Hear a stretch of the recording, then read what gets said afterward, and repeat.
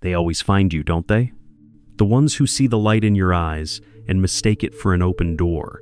You don't know how it begins, it's just a quiet pull, like the universe whispering, "Help them." You listen. You always do. You've built your life on the quiet duty of healing others, the broken, the lost, the almost lovable. But lately, you've started to notice something. No matter how much you give, you're left emptier. You can feel it in your chest, that familiar ache of being unseen even while giving everything. You love deeply, and yet it feels like your love keeps disappearing into a void. If this sounds like you, stay. Because what I'm about to share might just explain the pain you've carried for years. It's not that you love too much. It's that your light has become their food. You see, there are people in this world who don't just crave attention, they feed on energy. They feed on empathy, kindness, and the soft understanding that only people like you possess. They don't walk around thinking, "I'm going to take from this person." It's deeper than that. They simply know how to draw warmth from others without ever learning how to create their own. And people like you sense the coldness in others and mistake it for loneliness. You think your love will heal them. But what if I told you that some souls are drawn to your warmth, not to love you, but to survive you? Take a moment here. Breathe. This isn't about blame, it's about recognition. You've probably felt this your whole life. The quiet imbalance in every connection. Where your presence feels like sunlight, but theirs feels like shadow. And somehow, you end up apologizing for being too much, when in truth, you were simply being what they could never be. Carl Jung once said, "The brighter the light, the darker the shadow."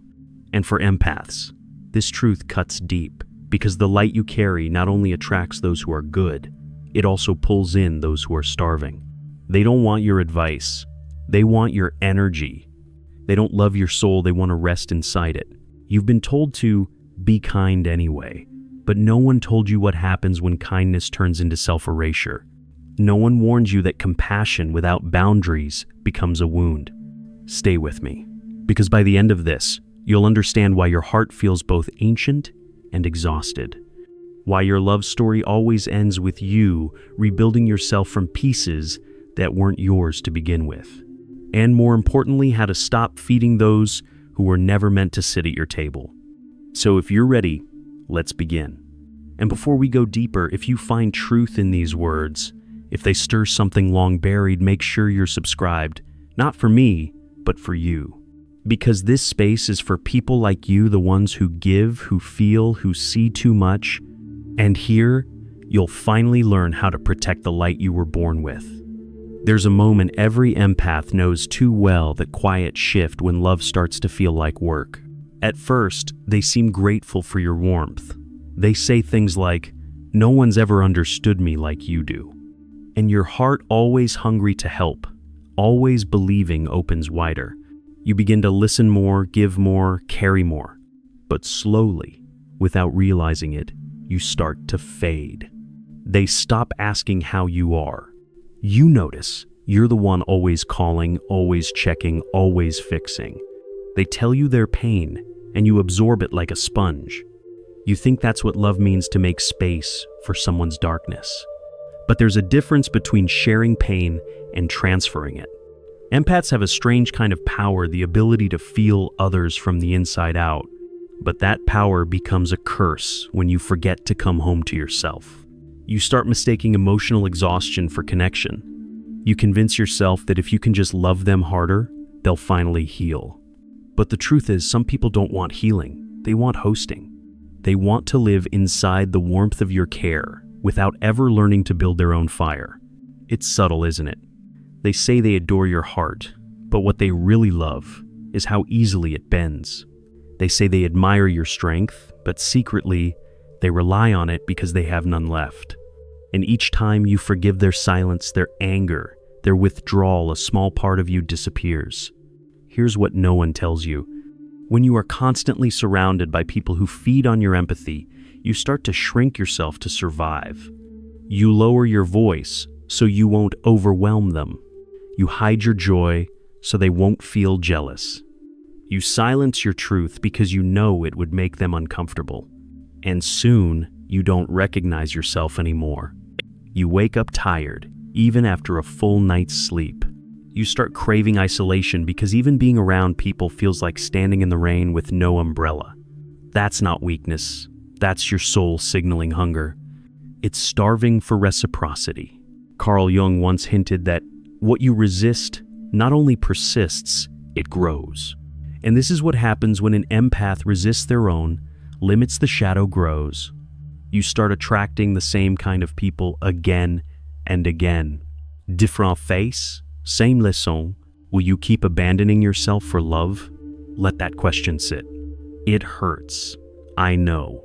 But pain is not the enemy here, numbness is. Because numbness is what happens when your light has been drained for too long. And that's when they win, not through cruelty, but through your silence. But listen closely, this is not where your story ends. There is something powerful waiting for you on the other side of awareness. Because once you see who's feeding on your light, you can finally stop mistaking empathy for surrender. You can begin to choose differently, not from guilt, but from truth. You will learn that compassion doesn't mean access.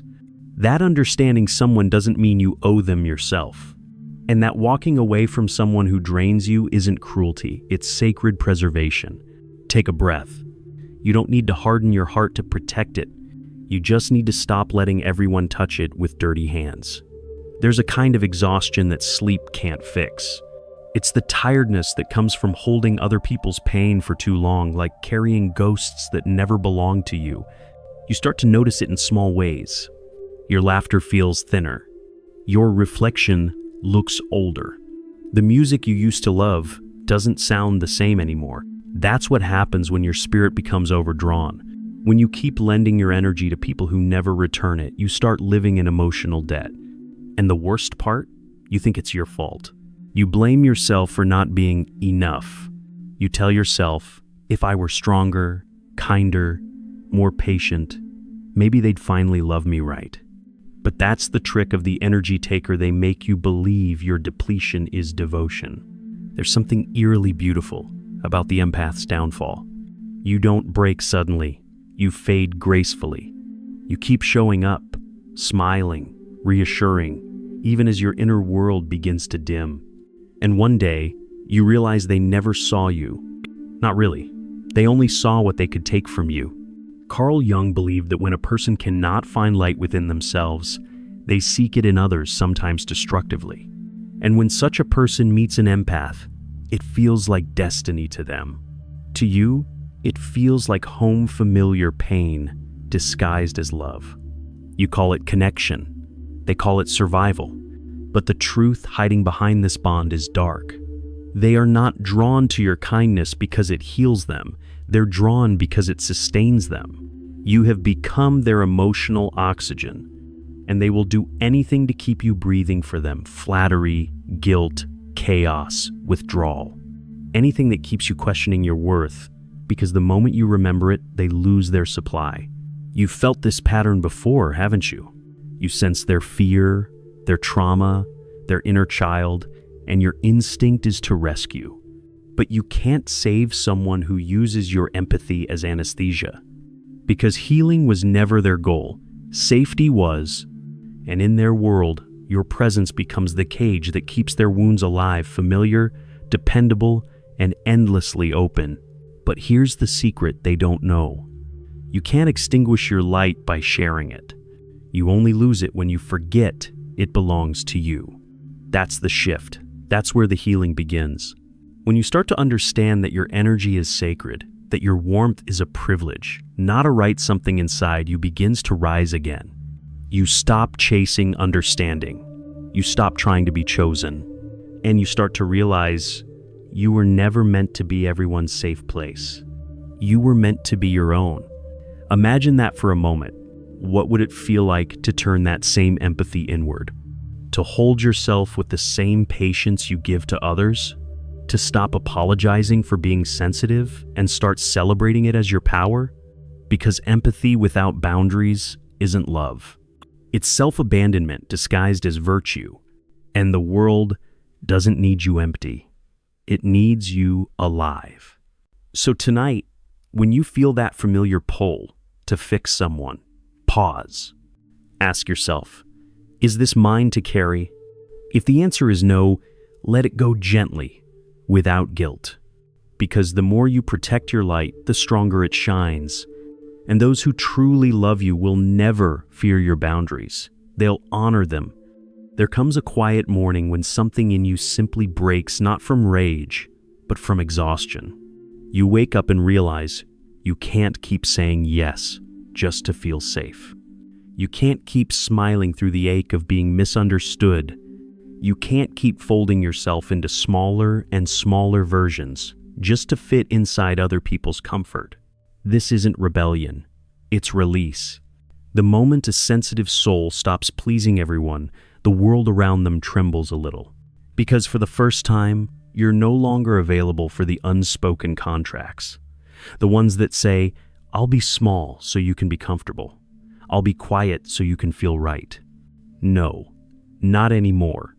You begin to see it clearly now how much of your life has been built on avoiding disappointment. You became the peacekeeper, the forgiver, the one who never complains. But underneath all that calm, there was a storm of swallowed truths. And that storm has a name: resentment, not toward others, but toward yourself for abandoning your voice in the name of love. Carl Jung once said that the privilege of a lifetime is to become who you truly are. But to the sensitive soul, that privilege often feels like betrayal, because who you truly are might not please the people who benefited from your silence. You've been taught to believe that goodness means self-sacrifice, that love requires you to shrink, to soften, to understand endlessly. But the truth is, goodness without authenticity is just performance, and love without truth is dependency. When a sensitive soul finally says no, it's not cruelty, it's clarity. It's the reclaiming of energy that was never meant to be currency. It's the return to an inner rhythm that doesn't rush to please or explain. And in that silence, something miraculous happens. You begin to meet yourself. You start noticing what peace really feels like, not the fragile peace of keeping others happy, but the grounded calm of self-respect. You feel it when you walk away from conversations that drain you. You feel it when you stop apologizing for being too much. You feel it when you realize that your empathy doesn't need to be endless to be real. There's grief in this awakening too, because you'll lose people who only loved your compliance. They'll call you distant, they'll say you've changed, and they'll be right, you have. But what they'll never understand is that you didn't become colder. You became honest. You stopped mistaking silence for peace. You stopped mistaking boundaries for rejection. You stopped mistaking self-betrayal for love. And somewhere inside, your inner child, the one who learned to stay quiet, to feel safe, finally exhales. Because you've shown them that love doesn't have to mean disappearing. It can mean standing tall, heart open, but rooted in truth. So if this speaks to you, if you've been feeling the quiet pull to stop performing, to stop pleasing, stay close, because what comes next isn't loneliness, it's liberation. And if this message finds you at the edge of change, make sure to stay connected here, subscribe, leave your thoughts, breathe with me. Because this space is for the sensitive ones finally choosing themselves. You are not alone. The first thing that happens when you stop pleasing everyone is silence. Not the comforting kind, the kind that hums with uncertainty. You start noticing who calls when you stop initiating, who listens when you finally speak, who stays when your boundaries make things less convenient. For a while, it feels like loss. You'll question yourself, was I too harsh, too distant, too selfish? Because for so long, your worth has been measured by your usefulness. When you stop giving what people expect, their absence feels like punishment. But it's not punishment, it's revelation. It shows you who was truly there for you, and who was only there for what you gave. And this realization burns, because you begin to see the pattern how you became addicted to approval. You built your peace on other people's smiles. You let validation become your oxygen. And now that you've stopped performing, you're gasping not because you're wrong, but because you're finally breathing your own air for the first time. This is the fragile season of truth, when the world feels quieter but more real. When you begin to hear the sound of your own needs, your own voice, your own heartbeat. At first it's uncomfortable, because no one ever taught you that peace can feel lonely before it feels free. Carl Jung once wrote about individuation, the process of becoming whole. It's not about becoming perfect, it's about integrating what you've denied. And for sensitive souls, that means welcoming the parts of you you've always hidden: your anger, your needs, your limits, the very things you were told would make you unlovable. But here's the truth that will save you. Anger doesn't make you bad. It's your soul saying, something here isn't fair. Boundaries don't make you cold. They make your love sustainable. And needing space doesn't mean you don't care, it means you finally do, for yourself. The people who truly love you will adapt. They'll meet your honesty with respect. But those who only knew the version of you that catered to their comfort, they'll resist. They'll accuse you of changing, of being different. And that's because your growth exposes their dependence. Your truth disrupts their illusion of control. Don't let that guilt pull you back. Because every time you return to people who only loved your silence, you teach yourself that peace must be earned through pain. And you deserve more than that.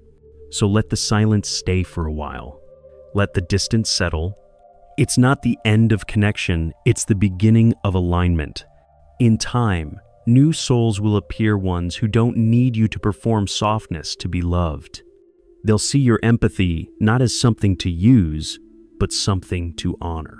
They'll speak to you in the language of reciprocity, the one you've always deserved. And until they arrive, keep building that relationship with yourself. Learn the sound of your real voice. Learn to rest in your own approval. Because once you feel the peace of authenticity, you'll never crave validation again. There's something sacred about the emptiness that follows people-pleasing. At first, it feels like you've lost everything: the rhythm, the familiarity, even the noise that once filled the room.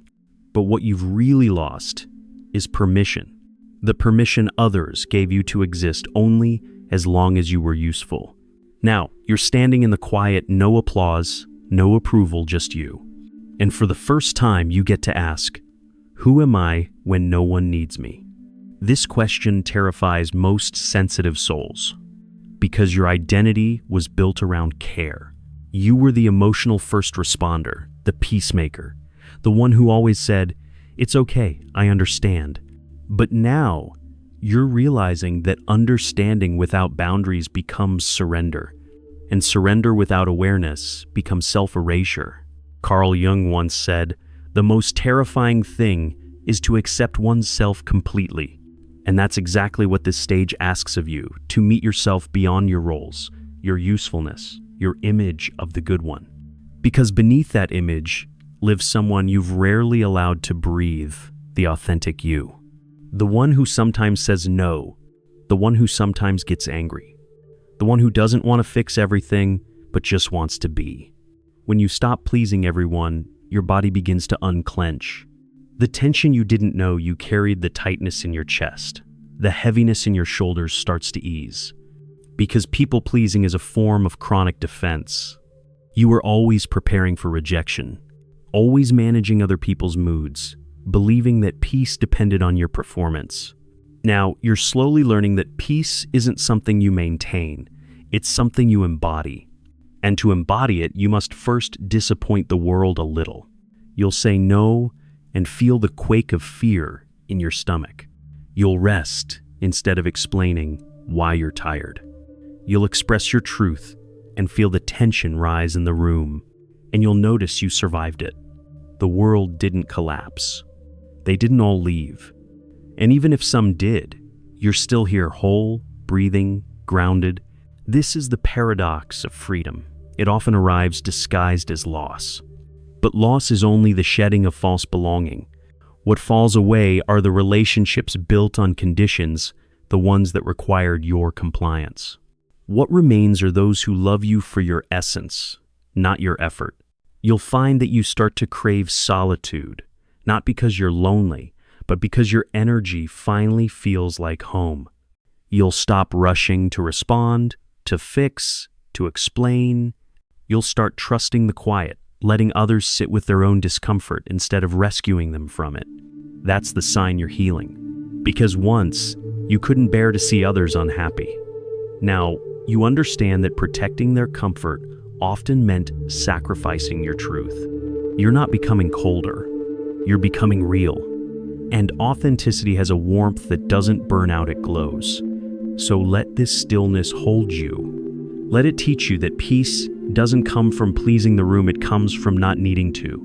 Because once you learn to love yourself without an audience, you'll never perform for applause again. When a sensitive soul stops pleasing everyone, the light shifts not brighter, not dimmer, just truer.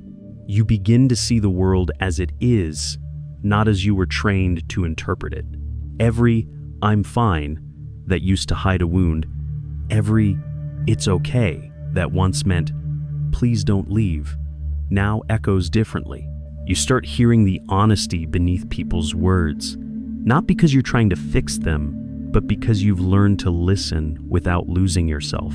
You stop rescuing, you start witnessing, and that difference, that single breath between reaction and recognition, becomes your freedom.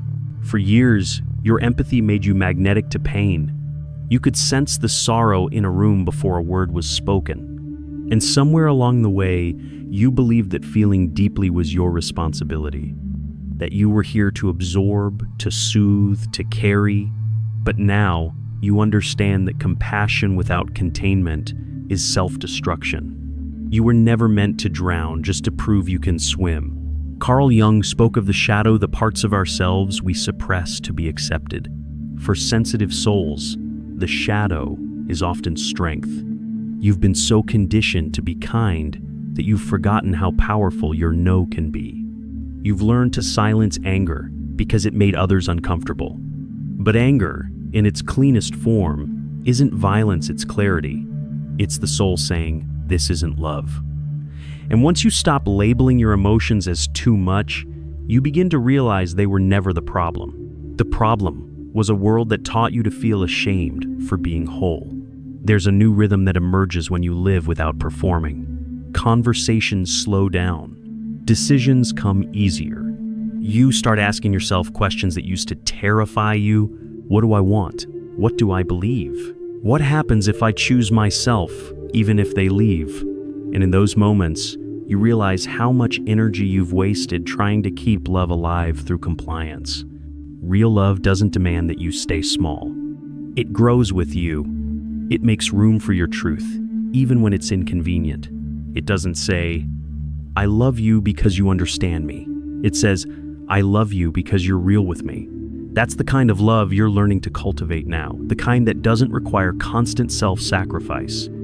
And it starts with you, because when you stop people-pleasing, you stop begging for connection and start becoming it.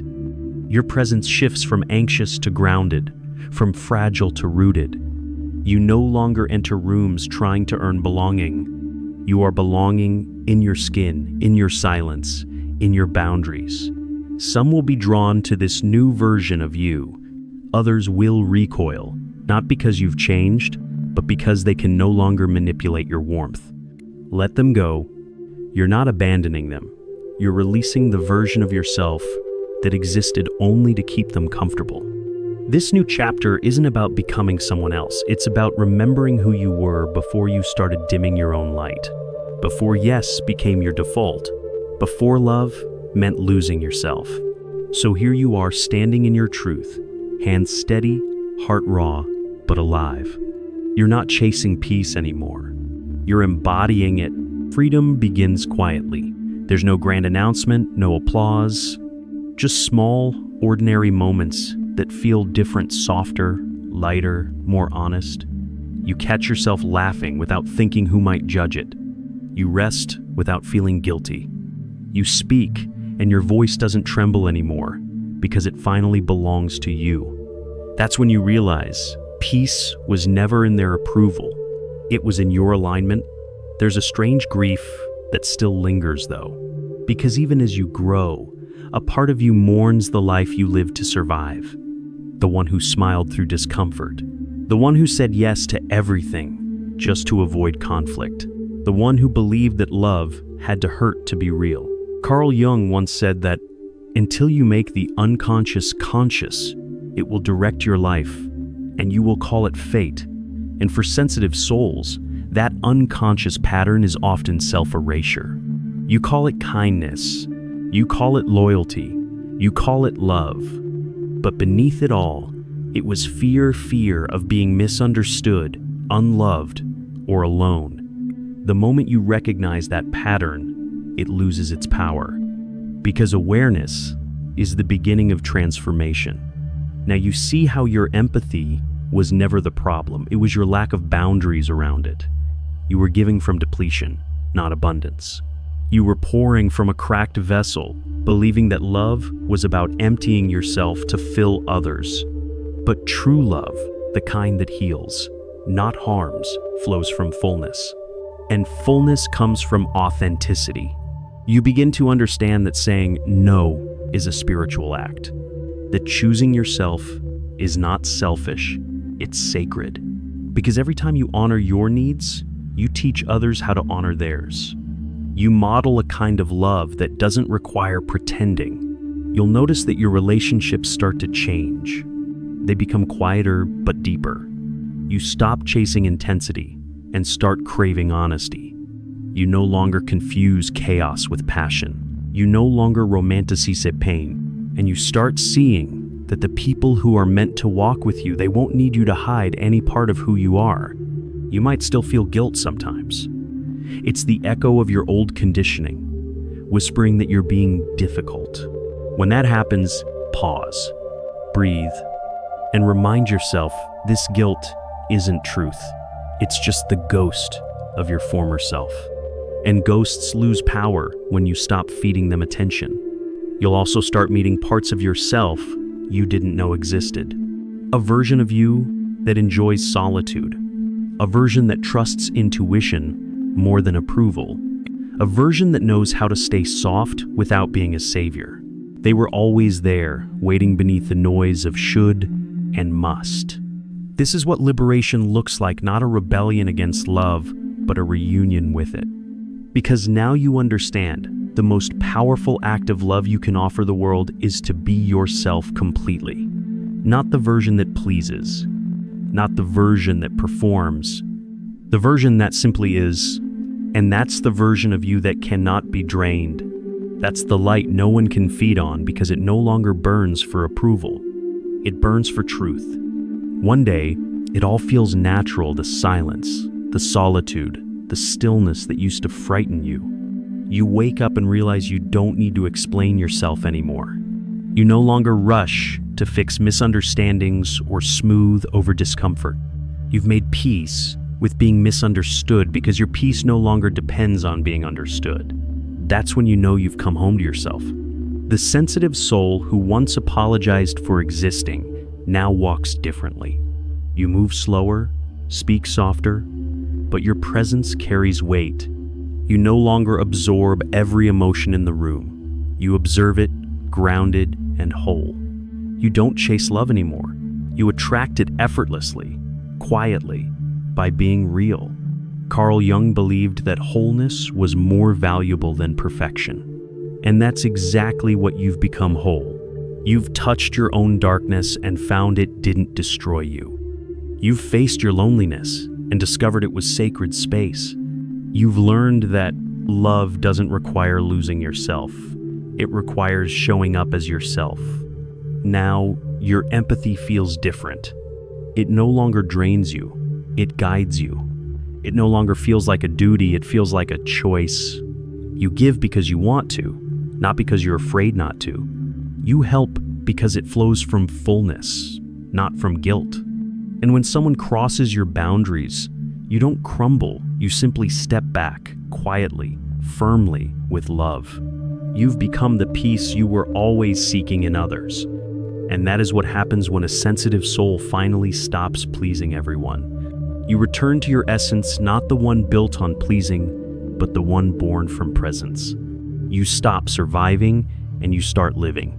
There's a stillness that surrounds you now, but it's not emptiness, it's freedom. The kind that doesn't need to prove, perform, or persuade. The kind that allows you to look at your reflection and feel at home.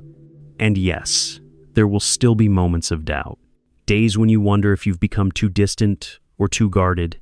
But then you'll remember you are not distant, you are discerning. You are not guarded, you are grounded. You are not cold, you are clear. So breathe. You've done the hardest thing a tender soul can do. You've chosen yourself without closing your heart. You've learned that the truest form of love begins with you. And if these words found you at the right time, stay. Stay with this new truth. Stay with this space that honors your sensitivity as strength. Stay connected with this community of hearts that feel deeply, love honestly, and heal quietly. If this reflection touched something inside you, share it. Let it reach the ones who are still apologizing for being kind, still mistaking silence for safety. Because maybe, just maybe, your healing will remind them of their own. And if you haven't already, subscribe, not out of habit, but as a small act of commitment to your own growth. Because this is what we do here. We remember who we are beneath the pleasing, beyond the pain. You are not too much. You are exactly enough. And you were never meant to dim your light to make others comfortable.